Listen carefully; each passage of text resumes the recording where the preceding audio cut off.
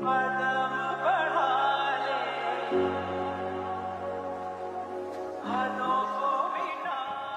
ব্যাপার, এবারও কি এই পাঞ্জাবি পরে ঈদ করবা?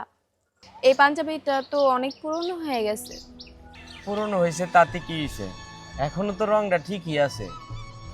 তুমি 2 বছর ধরে এই পাঞ্জাবি দিয়ে ঈদ করতেছো, এবার আর পরা যাবে না।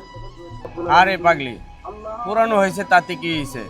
ঈদ মানে তো বাচ্চাদের হাসি, বাচ্চাদের আনন্দ। তুমি প্রতি বছরই একই কথা বলো। দেখো, সংসার আগে, নিজেরটা পরে, এটাই তো আমাদের গরিব মানুষের জীবন।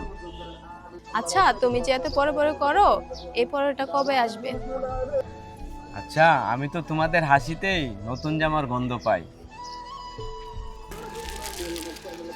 তাহলে এবার এটার গন্ধ শুকিয়ে দেখো। এইটা,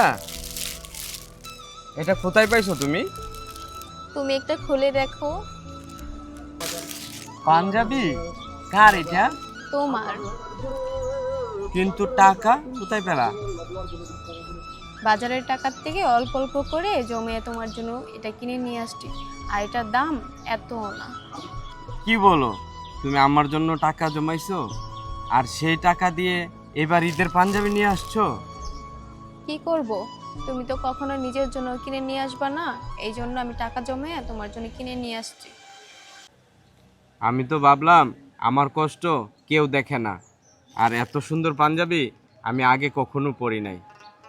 হইছে, তোমার আর ঢং দেখাইতে হবে না, এবার ঈদে এই পাঞ্জাবিটা পরবা।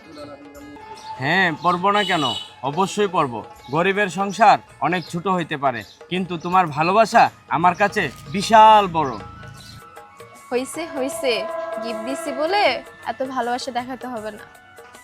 আরে না, কি বলো, ঢং করতেছি না। চলো ঘরে চলো।